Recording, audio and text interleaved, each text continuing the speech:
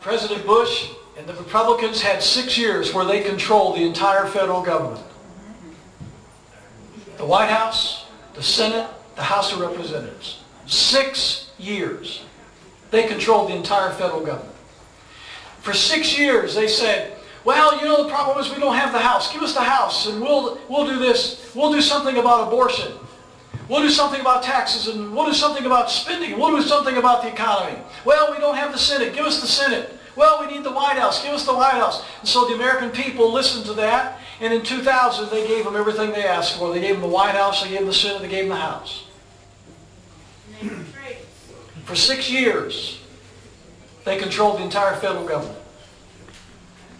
When President Bush took office in 2001, over 1 million innocent unborn babies was being murdered in the wombs of their mothers each year in America. When George W. Bush will leave office in January of 2009, over 1 million babies every year are still being aborted in the wombs of their mothers.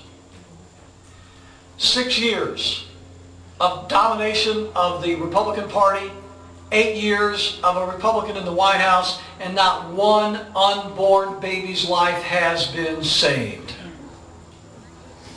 How these conservative Christians out here, these evangelicals, and how James Dobson and these other national Christian leaders can sit there and talk about supporting John McCain because he's pro-life after the way the Republican Party has betrayed the life issue, I think goes to show you that what we have going on among our national Christian leaders is the fact that they have prostituted themselves to be loyal to the political party that is currently in power, and they're not willing to give up the perks of power that go along with the prestige that they have in supporting that power, and they have betrayed the very core values and principles that they say they believe. And Mr. Dobson, all the rest of those of you guys, Tony Perkins and you fellas that are out there supporting these Republicans after the way they have treated the Republican cause and the pro-life cause and the cause of saving unborn children is a disgrace, and you all should be ashamed of yourself.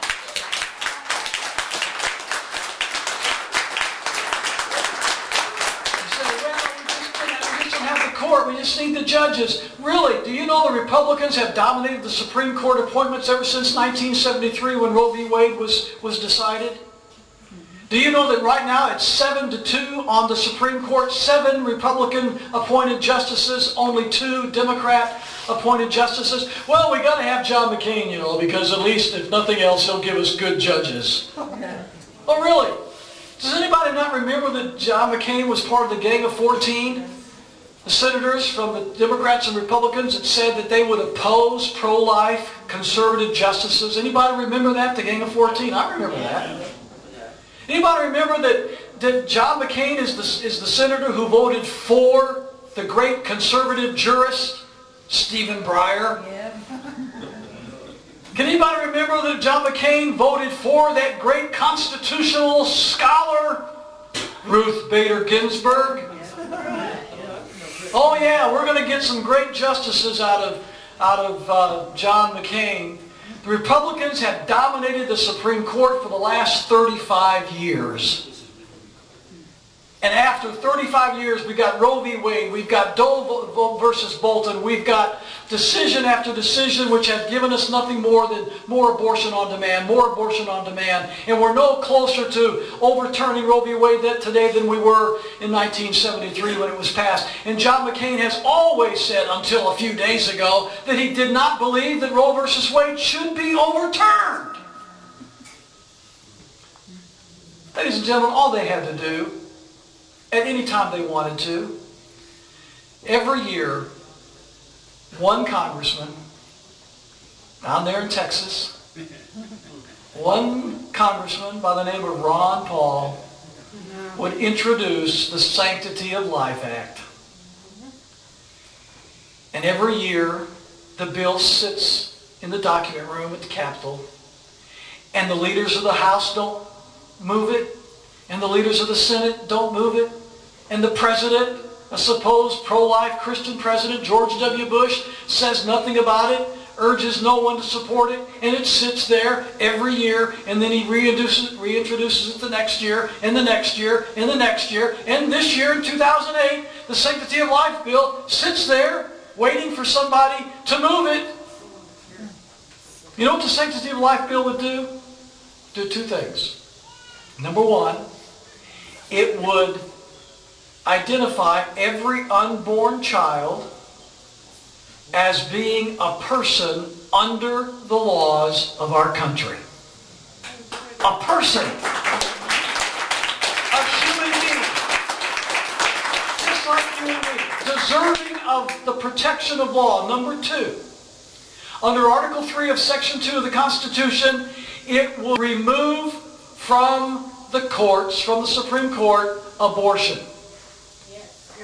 What that means is, ladies and gentlemen, as soon as it moves out of the document room and into the floor of the House, into the committee, and out of the committee, into the floor, takes a vote, it passes, Republicans pass it, the Republican president signs it. As soon as that happens, it could be done in a matter of days. In a matter of days it could have been done.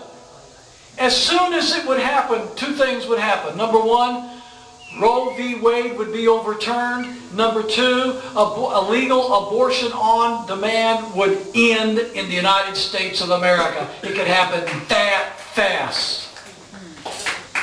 And it sat there. It sat there. It sat there. You know why? Because the Republicans don't have any intention on removing Roe versus Wade. They don't have any intention on overturning it or ending abortion on demand. They just want to use it as a campaign tool every 2 years, every 4 years, to dupe pro-life voters into voting for them. But I want to tell you, when Chuck Baldwin becomes President of the United States, you know that phone call that Hillary's going to get at 3 o'clock in the morning? It's going to come from me.